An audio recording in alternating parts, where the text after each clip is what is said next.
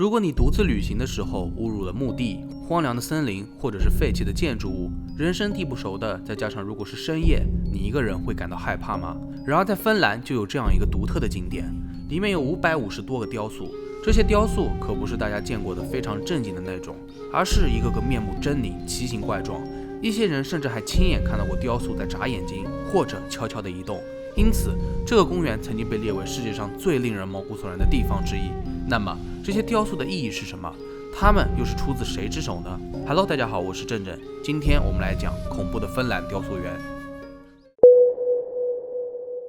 跟随着这个定位，我们就能找到芬兰东南部的帕里卡拉雕塑公园。这是一片神秘的绿洲，在郁郁葱葱的公园内矗立着各种各样的雕像，形成了一个梦幻的王国。每当暮色将至，这些雕塑又被披上了神秘的面纱。为什么这么说呢？因为它们与普通雕塑有很大的不同，这里的雕塑都有真正的人类牙齿，以及能够反射光线的玻璃眼珠，谁大半夜看了不得虎躯一震呢？在整个帕里卡拉公园内，大约有550多尊混凝土雕像，包括了各种主题、动物、植物、外星生物、异国情调等等。在公园内部，雕像与丰富的植物形成一个自然的整体，让人觉得既怪诞又有趣。不过最让人震撼的要数255座瑜伽姿势的部分了，场面非常壮观。这些雕像密密麻麻，真的很瘆人，总感觉到了晚上他们就会变成活人，一个个在那里做瑜伽。假如有人故意移动了这些雕像，恐怕会流出可怕的都市传说，公园的雕像竟是真人，一到晚上就恢复原形，难怪怪事不断。不过大家想象一下，如果到了晚上，外面刮起了大风，耳边都是风吹树叶的簌簌声，听着不像是这些雕像在怒吼咆哮吗？话说这个地方还挺适合玩剧本杀的，因为它不用渲染就自带诡异的气氛。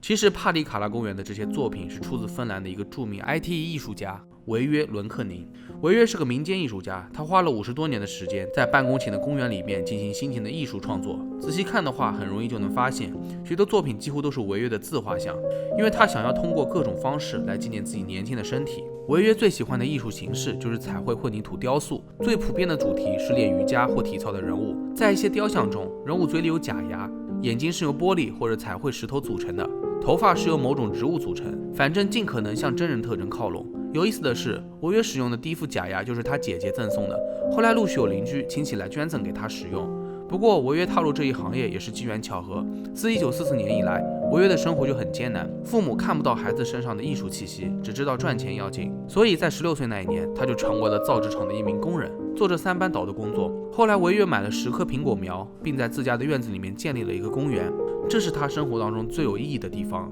后来也成为了他创作的艺术公园里面最重要的组成部分。到了20世纪70年代中期，维约开始学习瑜伽课程，由于这个爱好很热衷，在1975年父亲去世后，维约就开始建造了第一座瑜伽雕像。钢筋、管道和旧罐子是每个雕像的基础，再加上混凝土，这是需要耐心细致的工作。维约自己只能小批量生产，因为他还要确保对大自然不利的碱性物质不会进入到土壤当中。最初他的技术并不娴熟，雕像看上去很粗糙，但是到了后来，熟能生巧，他的作品就几乎完美。作为一个致力于艺术创作的隐士，维约被看作是无法适应社会的怪人。他是个享受孤独的人，每天都要早早起床，点燃壁炉，欣赏外面的雕像，然后像往常一样去游泳池里游上5公里，回去后再好好休息。到了后来，维约又爱上了骑自行车和排球，以此来锻炼身体。然而在母亲去世之后，维约好像换了一个人，从来不喜欢抛头露面的他，也开始跟公园里面的游客聊天说笑了。他还开始设计描绘儿童的雕塑。要知道，维约没有结婚也没有孩子，但是母亲的离世让他意识到自己的内心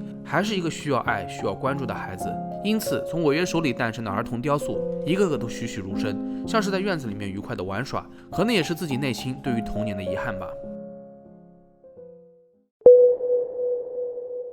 那么刚才提到的维约是个 IT 艺术家，其实 IT 是指 self-make life，一种自制生活。IT 艺术是一种民间艺术，作品可以包括雕塑、绘画、自行发明的乐器、公园、建筑、发明或者装潢设备。这类的艺术家通常都是没有经过系统的艺术创作培训，在日常环境当中自己就创造出了优秀的艺术作品。不过维约为人很谦逊，他从来都没有考虑过要靠这个雕塑公园赚钱，甚至预想过以后公园会无人打理。所以当有人来问他未来规划的时候，他甚至说想把这些雕塑埋在沙子里面，就像是兵马俑一样沉寂千年。在维约有生之年，他的艺术作品终于得到了认可。在2007年，教育部授予了韦约芬兰奖。不过这位艺术家思考了一下，不想亲自去领奖，于是就让摄影师代替了。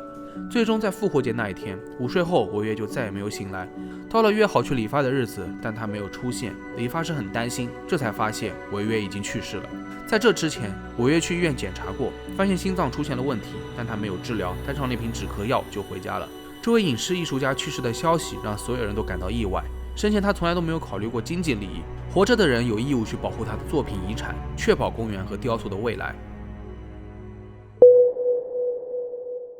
现在再来看看这些雕像，你还会害怕吗？这都是出自于一位孤独的艺术家，50年来日复一日，帕里卡拉公园的每一块砖都是韦约亲自浇灌，遍地都是他的手印和脚印。我在网上浏览了很多雕像的照片，发现一个坐在石堆上的男人雕像，这应该就是韦约本人的自画像吧。他手里拿着铲子，守护着这些雕像，就像是一个孤独的石匠。由于帕里卡拉公园没有获得公共资金的维护费用，所以现在收取少量的入场费，成年人5欧，儿童2欧，来保证修缮资金。现在管理帕里卡拉公园的是金莫海基莱和阿特帕朱，两人都是艺术家，他们小时候都来雕塑公园参观过，但因为知道创作者韦约很注重隐私，所以从来都没有打扰过他的生活。金莫和阿特现在负责照顾公园的一草一木，修复破损的雕像，以及回答参观者的问题。韦约是个隐居的艺术家，常人看来他是个古怪的人，但是远离世俗中心，宁愿身处清静之地，这是艺术家的共性吧。只有能够忍受孤独，才能创造出最优秀的作品。其实即使我们都不是什么艺术家，但也能从中得到一点感悟。